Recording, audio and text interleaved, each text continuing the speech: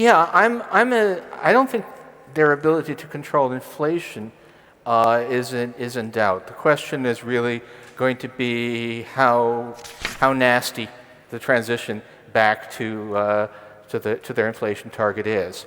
We're talking history here. There's the old line from Mark Twain that history doesn't repeat itself, but it rhymes. We have uncomfortably high inflation.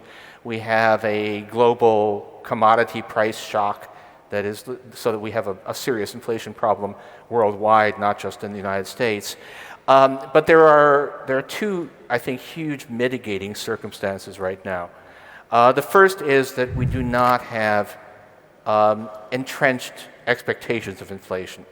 Last time that we had inflation this high, everyone expected inflation to remain high for the indefinite future. We came into the last disinflation with people, with surveys, markets all indicating expectations of something close to 10% inflation indefinitely.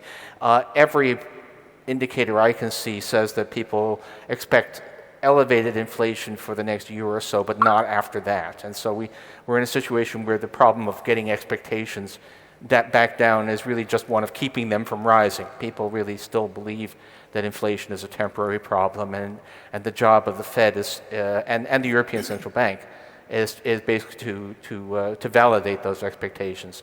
And the other is that the global commodity price shock is turning out to be, I don't think this is fully appreciated yet, but it's actually turning out to be less of an issue than people at first thought. When the war in Ukraine began, price of everything went crazy. Prices of oil, prices of agricultural commodities.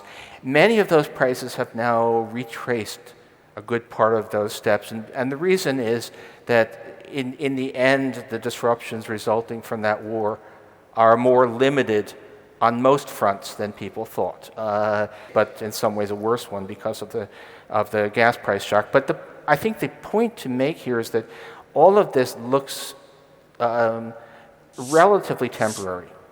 The United States we still have an overheated economy. The Fed needs to remove that overheating. The Europeans will have an ugly few months, but they are there was a question, Europe will ever take steps to end its dependence on Russian gas? Well, the Russians have taken that decision for them by cutting off the gas supply, and so they will adapt. Advanced economies have enormous adaptive capability, and the Europeans will adapt.